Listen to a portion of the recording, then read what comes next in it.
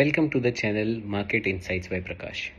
आज हम डिस्कस करने वाले हैं एक ऐसी कमोडिटी को जिसे life blood of global economies कहा जाता है। वो है क्रूड ऑयल।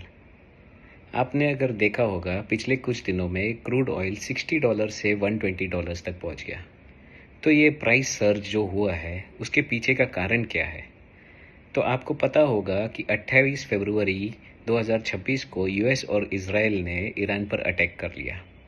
रिटालिएशन में ईरान ने भी प्रॉक्सी अटैक्स किए यूएई और ऐसे मिडल ईस्ट कंट्रीज़ पे, और उसके साथ साथ उन्होंने एक और थ्रेटनिंग एक धमकी दी। वो धमकी दी कि वो स्ट्रेट ऑफ हॉर्मुज़ को डिसरप्ट कर लेंगे। अभी हम समझते हैं स्ट्रेट ऑफ हॉर्मुज़ क्या है। स्ट्रेट ऑफ हॉर्मुज़ एक सी पैसेज है, पतला सा सी पैसेज है, जहाँ से वर्ल्ड के 20% ऑफ ग्लोबल क्रूड सप्लाई होता है।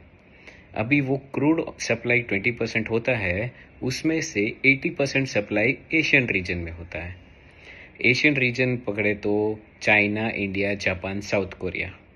अभी आप समझिए हमारा 80% ऑफ सप्लाई डिसरप्ट हो गया तो क्रूड प्राइसेस जो अभी $60 से $120 पर पहुंचे हैं, तो वो कितने डॉलर्स पे पहुंच जाएंगे। अभी आप इंडिया के एंगल से देखेंगे तो इंडिया एक क्रूड इंपोर्टिंग नेशन है। क्रूड प्राइसेस बढ़ेंगे तो हमारा इंपोर्ट बिल बढ़ेगा, हमारा इंपोर्ट बिल बढ़ेगा तो हमारा करंट अकाउंट डेफिसिट बढ़ेगा, हमारा करंट अकाउंट डेफिसिट बढ़ेगा तो रुपया वीक होगा, इन्फ्लेशन बढ़ेगा, और उसके वजह से हमारी जो सेक्टर्स, जो इंडस्ट्रीज क्रूड डिपेंडेंट है, उनकी भी हालत ख़राब होगी। अभी हम देखते हैं कि कौन से सेक्टर्स क्रूड बेस्ड है। तो वो है पेट्रोलियम हो गए, OMCs, chemicals, paints, auto, logistic, transportation वगैरह वगैरह। अभी आप समझिए कि क्रूड ऑयल का हम दूसरा पहलू देखते हैं कि क्रूड ऑयल का सप्लाई अगर वहाँ से बंद हो गया तो हम कहाँ से ले पाएंगे। तो दूसरा ऑप्शन बचता है हमारे लिए, वो है रशिया।